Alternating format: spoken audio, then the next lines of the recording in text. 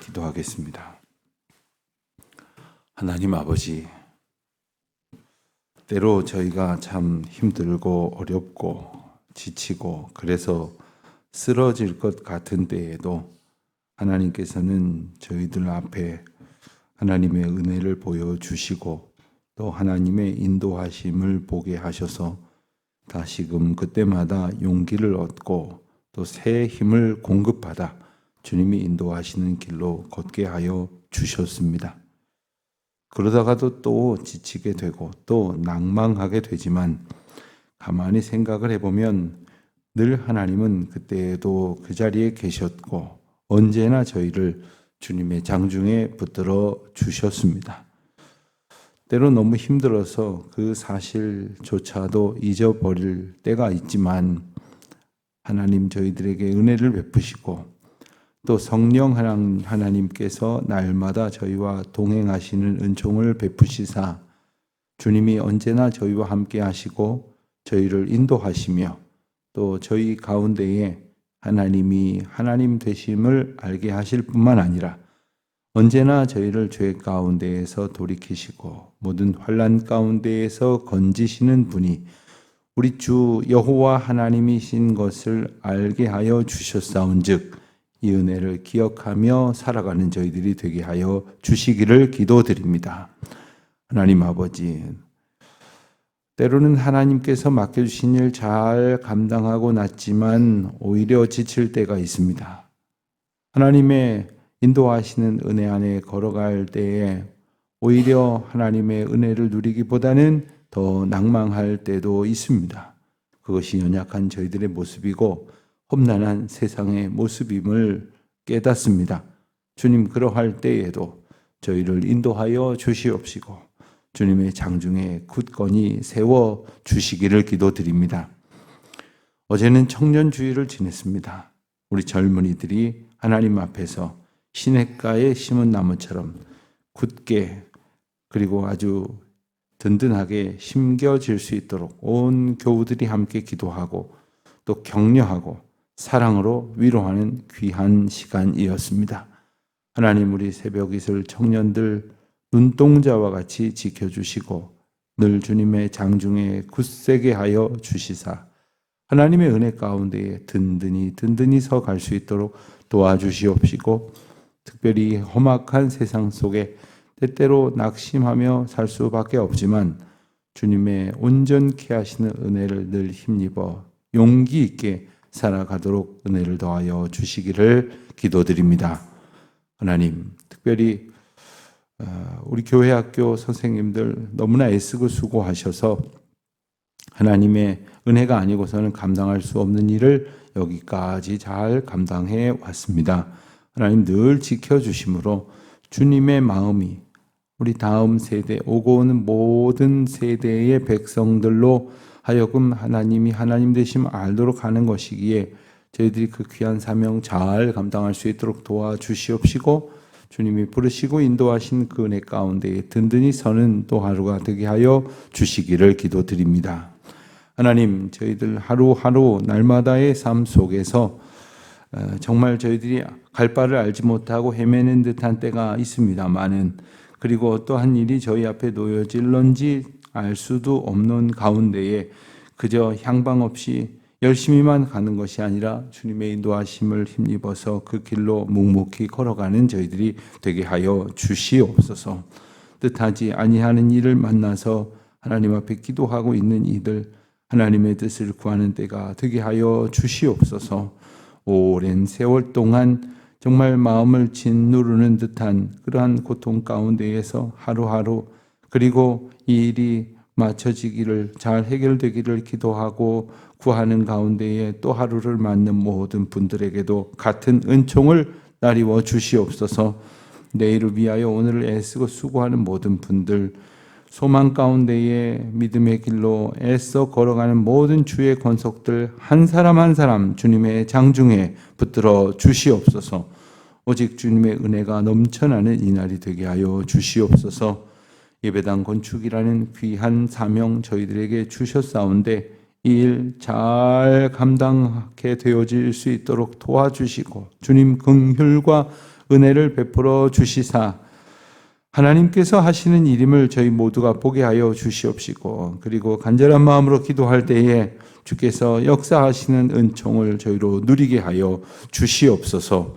아버지 하나님, 이 아침에도 다시 주의 말씀을 대합니다. 이 말씀 통하여 하나님께서 주시는 은혜가 가득하게 하여 주시옵시고, 주님의 권속이 주님의 말씀을 듣는 시간이 되게 하여 주시옵소서.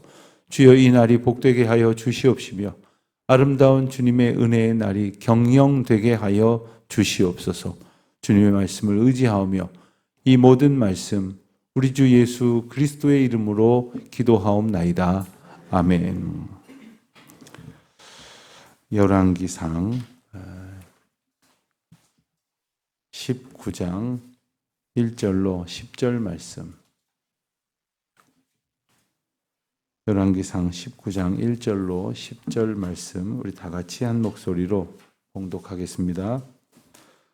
아합이 엘리야가 행한 모든 일과 그가 어떻게 모든 선지자를 칼로 죽였는지를 이세벨에게 말하니, 이세벨이 사신을 엘리야에게 보내어 이르되, 내가 내일 이맘때에는 반드시 내 생명을 저 사람들 중 한 사람의 생명과 같게 하리라. 그렇지 하지 아니하면 신들이 내게 내 벌 위에 벌을 내림이 마땅하니라 한지라. 그가 이 형편을 보고 일어나 자기의 생명을 위해 도망하여 유다에 속한 브엘세바에 이르러 자기의 사환을 그곳에 머물게 하고, 자기 자신은 광야로 들어가 하루길쯤 가서 한 로뎀 나무 아래에 앉아서 자기가 죽기를 원하여 이르되, 여호와여, 넉넉하오니 지금 내 생명을 거두시옵소서. 나는 내 조상들보다 낫지 못하나이다 하고 로뎀 나무 아래에 누워 자더니 천사가 그를 어루만지며 그에게 이르되, 일어나서 먹으라 하는지라. 본즉 머리맡에 숯불과 구운 떡과 한 병 물이 있더라. 이에 먹고 마시고 다시 누웠더니 여호와의 천사가 또 다시 와서 어루만지며 이르되, 일어나 먹으라. 내가 갈 길을 다 가지 못할까 하노라. 승글의 힘을 의지하여 40주 40야를 가서 하나님의 산 호렙에 이르니라. 엘리야가 그곳 굴에 들어가 거기서 머물더니 여호와의 말씀이 그에게 임하여 이르시되, 엘리야야, 내가 어찌하여 여기 있느냐? 그가 대답하되, 내가 만군의 여호와께 열심히 유별하오니 이는 이스라엘 자손이 주의 언약을 버리고 주의 제단을 헐며 칼로 주의 백성을 죽였으며 오직 나만 남았거늘 그들이 내 생명을 찾아 빼앗으려 하나이다. 아멘. 어제 우리가 본 열왕기상 18장 말씀에 이어지는 내용이라고 보기에는 의아스러운 전혀 다른 분위기가 오늘 19장 말씀에 이어지고 있습니다. 어제 우리가 주일 말씀으로도 함께 나누었던 18장 말씀은 성경 전체를 통틀어서 가장 극적인 영적 싸움의 현장이었고, 그리고 영적 승리의 놀라운 장면을 우리가 보고 지나왔습니다. 많은 사람들이 있었던 것도 아니고 엘리야 단신으로 850명이나 되는 바알, 아세라, 이방 선지자들을 대항해서 엄청난 승리를 거두었을 뿐만 아니라 하나님께서 불로 그리고 큰 비로 이스라엘 가운데에 심판하시고 구원하시며 하나님의 하나님 되심을 알게 하셨습니다. 또한 엘리야가 기도했던 것처럼 모든 백성들이 하나님의 하나님 되심과 또 하나님께서 모든 백성을 돌이키신다는 사실을 알게 하신다는 하나님의 관심도 우리가 볼 수 있었습니다. 그 엄청난 승리가 있었던 뒤에 어떤 일이 벌어져야 했을까요? 우리는 흔히 생각하기를 그리고 났으면 아합은 몰락하고 그 엄청난 사건의 여파로 인해서 백성들은 엘리야를 왕처럼 높이 받들었을 것이다. 이렇게 생각할 수 있게 되지 않겠습니까? 그래서 잘 먹고 잘 살았다. 뭐 이런 결론이 날 법도 한데 오늘 본문에서 읽은 것처럼 전혀 그런 상황이 아닌 그런 말씀을 우리가 읽게 됩니다. 어떤 분은 아마 19장을 읽다 말고 다시 한번 이게 무슨 일이지? 이 사이에 무슨 내가 못 본 장면이 있었나? 하고 한 장을 되짚어 18장을 혹시 보려 하신 분도 계셨을지 모르겠습니다.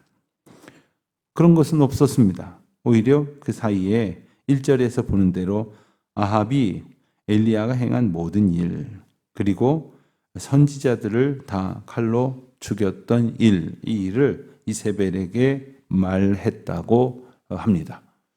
어떤 주석책을 보니까 이세벨에게 말했다라는 말은 마치 부하가 보고하듯이 말할 때 쓰는 그러한 단어가 사용됐다. 이런 해석을 하기도 하는 주석책을 보기도 했습니다.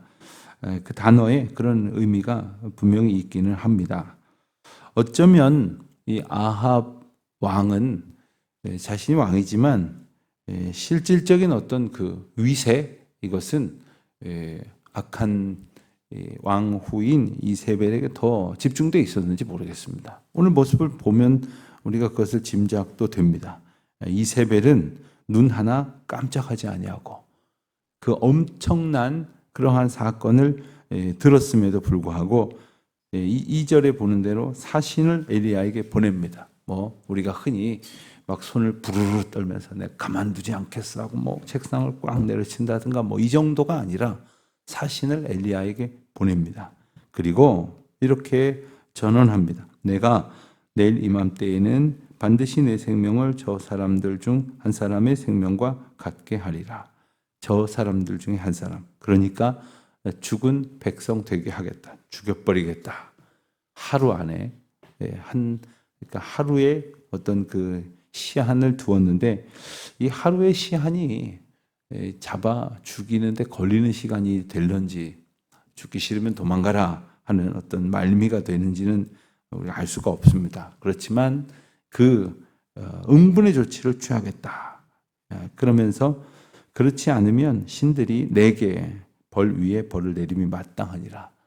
만약에 내가 너를 죽이지 못하면 내가 천벌을 받아도 싸다. 뭐 이런 이야기를 하는 거죠. 엄청난 지금 위세의 각오를 표현하고 있는 겁니다.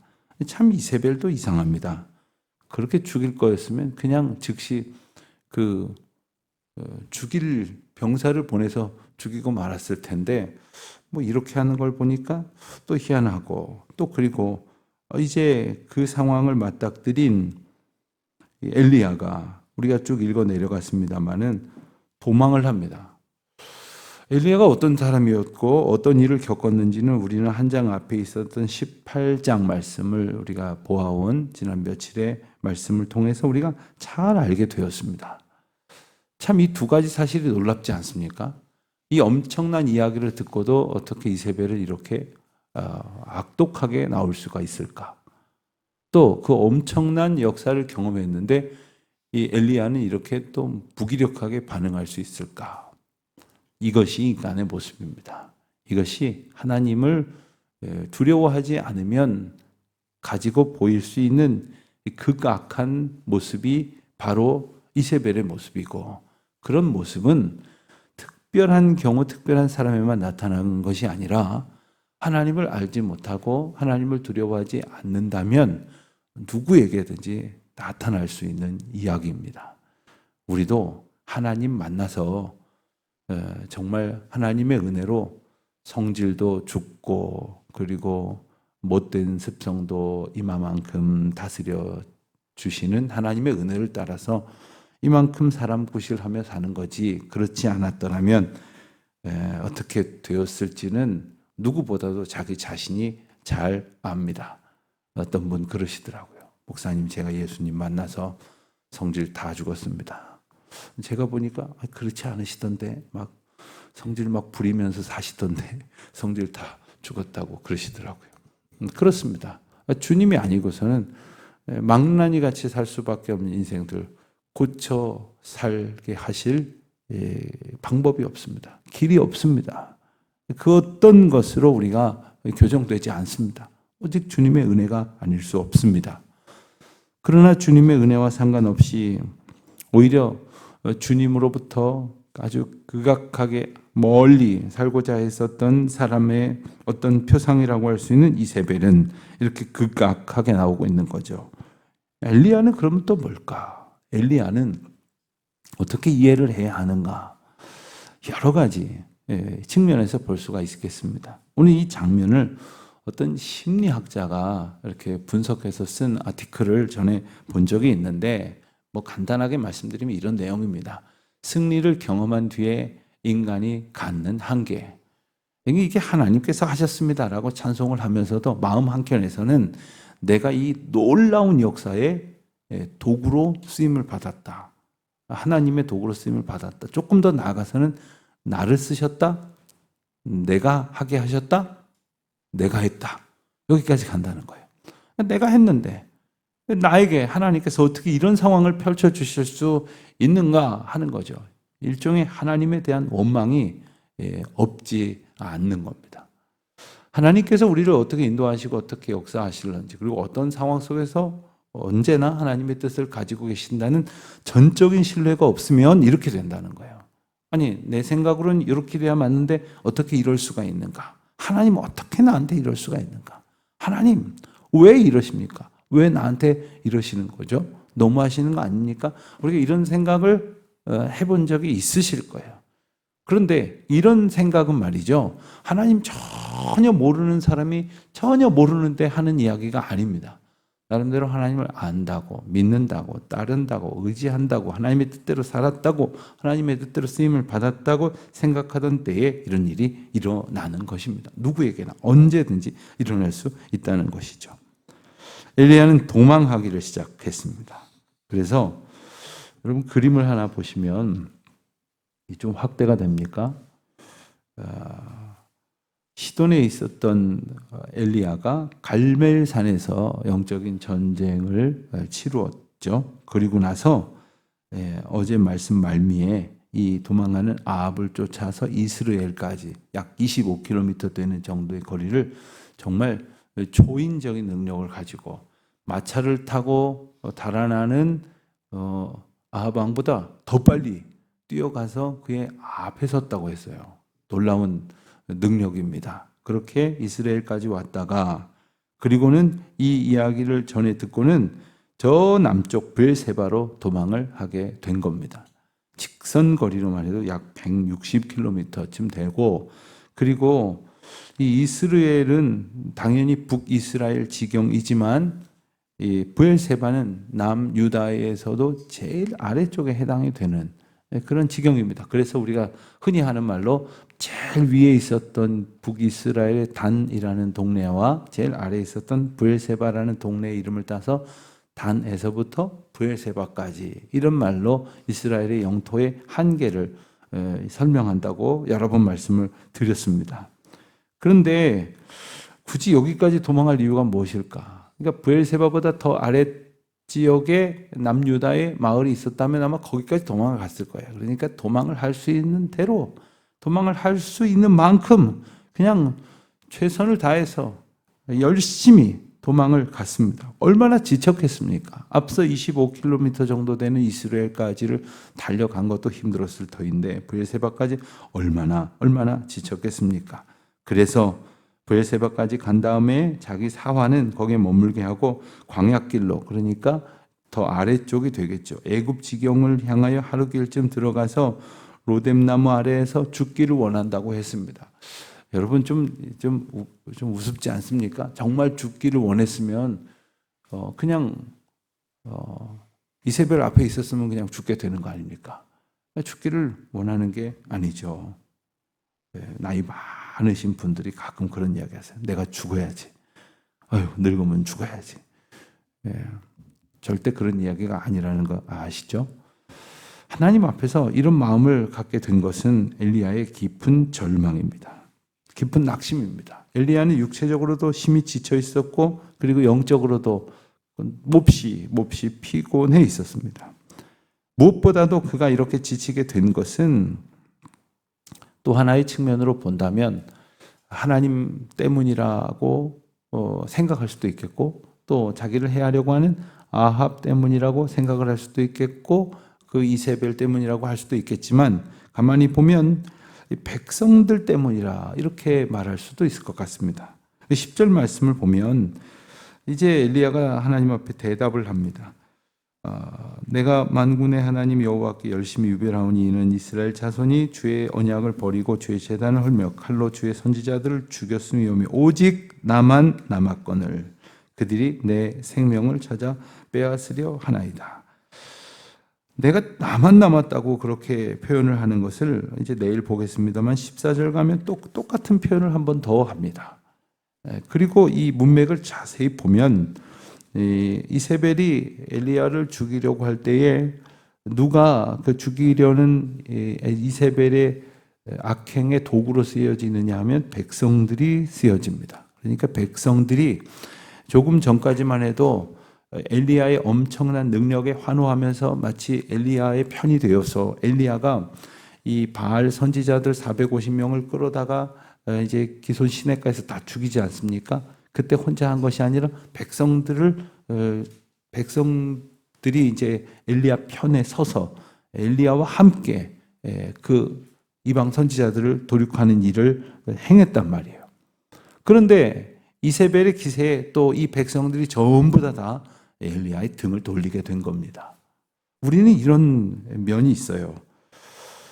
상황은 변하지 않는데 사람들이 내 편을 들면, 나를 향해서 우호적인 태도를 보이면 안도하고 심지어 환호하고 그리고 모든 것을 얻은 것처럼 생각을 하다가 그 사람 몇이 내게 등을 돌렸다고, 상황 하나도 바뀌지 않았는데 특별히 하나님의 인도하심에 변화가 없는데도 불구하고 사람 몇이 나에게 시선이 싸늘해졌다고 모든 것을 다 잃어버린 듯한 절망을 겪게 된다는 거예요.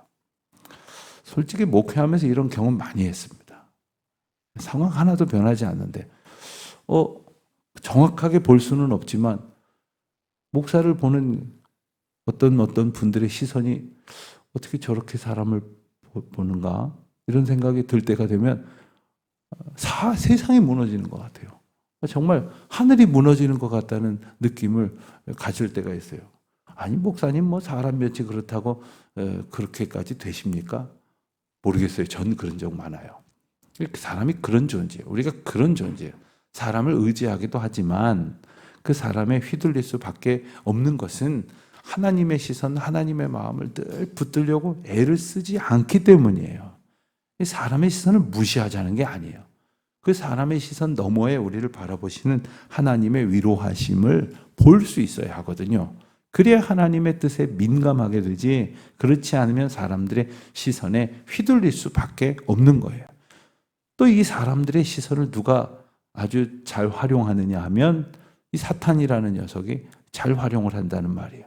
게다가 우리 주변에 있는 사람, 아주 가까이에 있는 사람들, 그런 사람들이 우리 속을 뒤집어 놔요. 우리 마음을 상하게 한단 말이에요.